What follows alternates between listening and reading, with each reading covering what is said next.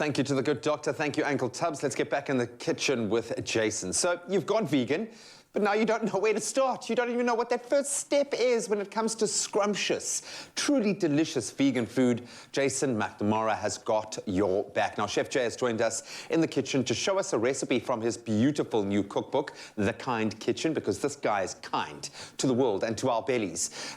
Vegan, now what, is the question he's asking. Well, we're going to give that answer right now. He's going to be making one of The Kind Kitchen's classic samis that has been a massive hit with his customers since they have opened their doors, and with good reason. Okay, so this is a double-barreled name. What is this sucker called? Fungi the Vampire Slayer. So Beautiful. It all comes down to the garlic, and it depends on how much garlic you want. We could even double up How many on this. vampires are you slaying? Well, we want to be kind, but we've got to slay them with that to keep them away. So, Graham, I'm going to need you to go ahead and start on the cashew cream, and that's going to be the base for our sourdough bread. Okay. So we're going to massage the kale with the cashew cream. Why am I doing this? Why am I massaging our Just to kale? make it more digestible for the system, we're going to start to break it down a little bit. If you've ever made sauerkraut at home, it's a similar process. It comes from the same family as the cabbage. So you're going to start to just break down those enzymes that are difficult to digest and heavy on the stomach. While you do that, I'm just going to get going on the sauce. Some garlic's going in there. We've got some a little bit of sesame seed oil. Can I thank you? Yeah. Because very, very seldom on this show, after the 10 years of doing this, do I get to do something that I've never done before. Oh, right. Awesome. I have never... I'm trying to be emotionally gentle with the... I went for a deep tissue massage yesterday. I'm hurting all over. So I'm trying to be kind to my kale. Get in there.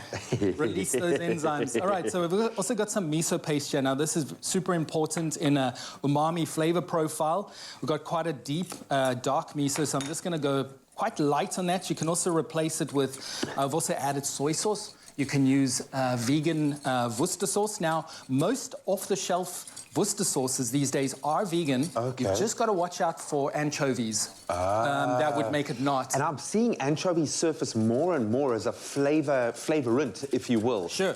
It's worth looking in the ingredients list always, and I suppose as a vegan you become quite used to doing that. Have you found that, and I know in your chat with Carl earlier, you were talking about it becoming more accessible. Are you seeing it translate into these products that on the shelf? Are you starting to feel like it's more accessible?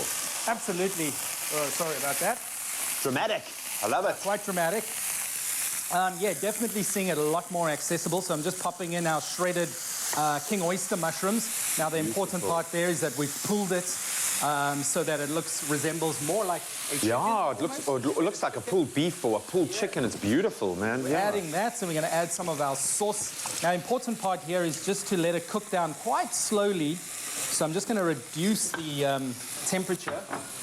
And you want to give it a good... The onions have started to caramelize because we started cooking that as we started. So I'm just going to let that cook down.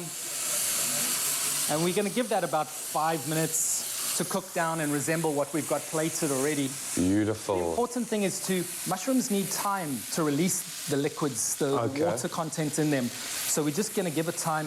If you cook it too quickly, they get a bit tough. Yeah, they get that kind of leathery texture for sure. Okay. So I'm just adding a little bit of stock here as well to help, and just give it a little bit more of a veggie base. And just keep, stirring this for about 3 or so minutes. And I suppose it stands to reason because you've got some very strong flavor profiles here, some very powerful umami flavors. Let those blend and kind of infuse together. Absolutely. And if you're allergic to sesame seeds, you don't need to use sesame oil. You can just use canola or some olive oil. If you're not a fan of soy sauce or you're gluten intolerant, you can use tamari, which is gluten-free soy sauce. A little bit more expensive. Anything gluten-free generally is, but even that's become a little bit more accessible now, which is fantastic. So how are we doing for time there, Graham? We've literally got about 20 seconds to wrap this guy. So we're about to plate this, so that's looking good. You can put some of that kale onto the sourdough, toasted sourdough. Now, normally we would also use some guacamole. We'd also finish this off with some cherry tomatoes. Oh, lovely. Right now, that's looking good. Oh, I love this. Texture-wise, it looks fantastic. You've got a journey of flavors to go through as well, which is wonderful. And I think what I like the most about this, buddy, it looks substantial. It's substantial. It's going to fill your belly. We're just going to finish it off there with the pulled mushrooms, and then you can top it off with some of those... I think we've got some red onions there finished for us from the team here. Beautiful. Well, this is nice because there's going to be some familiar flavor profiles in there. Texturally, it's going to seem like you, for all intents and purposes, you're eating beautiful pulled chicken or pulled beef, but you're going to get all the health benefits of these superfoods going in there. Yeah, and fats from the avo, you know, as well. Beautiful. And you can finish it off with some sprouts. So we've got it beautifully plated on the other side here from the team that works in the background. And yeah, you just go crazy, go to town with it, really. Beautiful. Saturday morning, Sunday morning brunch vibe, you know? Awesome, man. Absolutely beautiful and so healthy. Most importantly, jam-packed with flavor. You want this recipe and a host of other amazing vegan inspiration? Be kind to yourself. Get the Kind Kitchen. Vegan? So now what? Well, you got your answer right there in that beautiful book.